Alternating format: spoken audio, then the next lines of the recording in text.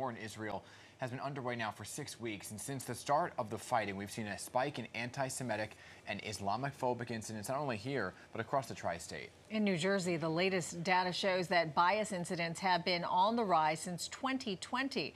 The YWCA of Northern New Jersey has been taking steps to address these incidents through their Unite Against Hate series. And here to tell us more about it is CEO of the Northern New Jersey YWCA, Helen Arcantu. So good morning, Helen. Thanks for being here. Thank you for having me. I mean, as we just mentioned, there's been a rise in anti-Semitic attacks and hate crimes. So how does Unite Against Hate bring up this conversation and bring the importance of it right now?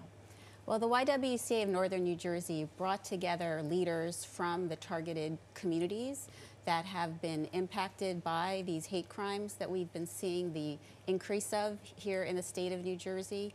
And through those discussions with our AAPI community, our LGBTQ community, our Jewish communities, and our Black communities, we were able to gain the opportunity to create racial and cultural empathy for those who were participating in the conversations. And at the same time, we were able to provide resources and supports for those who were targeted.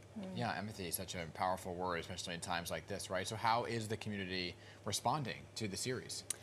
The community embraced the series. The reality of it is we need to push back on what's happening. And we do that by gathering, by learning strategies. People want to know how to help and how to make change. We gathered over 300 people at Caldwell University with our New Jersey Attorney General, and together we talked about what was happening in the community and talked about ways that we can be upstanders. Yeah, when you think about what's going on right now in Israel with the Hamas terror attacks, et cetera, and communities become divided, how does this particular program bring groups together?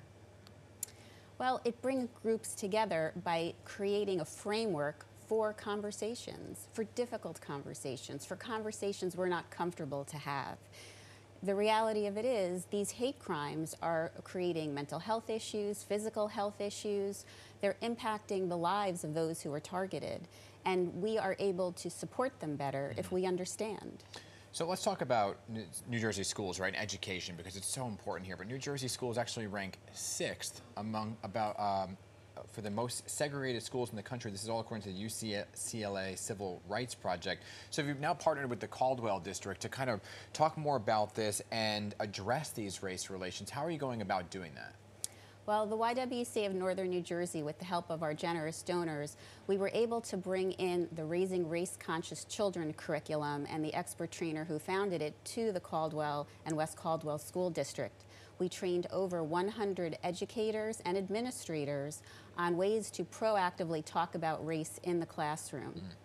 And it's so important to start early, isn't it? It is very important. The reality of it is what's happening in the community plays itself out in the classroom, and teachers need to have tools on how to address it.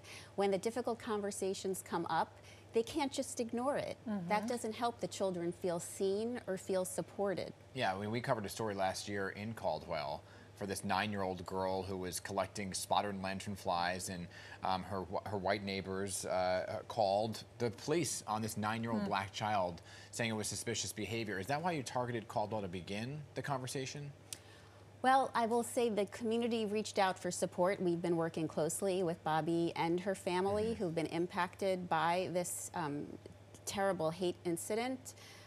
It was important for the community, again, and the school district to be a place that they could address what was happening in the community. Again, that is where it plays out.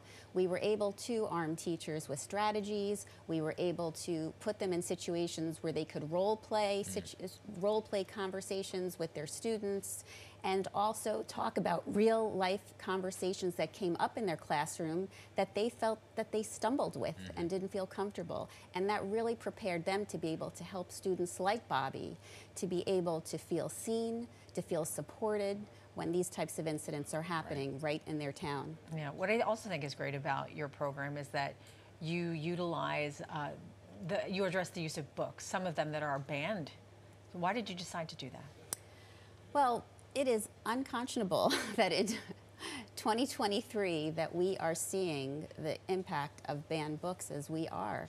I mean, here in New Jersey, just in this year alone, in the first 9 months, we've seen 10 cases of 23 titles trying to be banned in our school districts and in our libraries.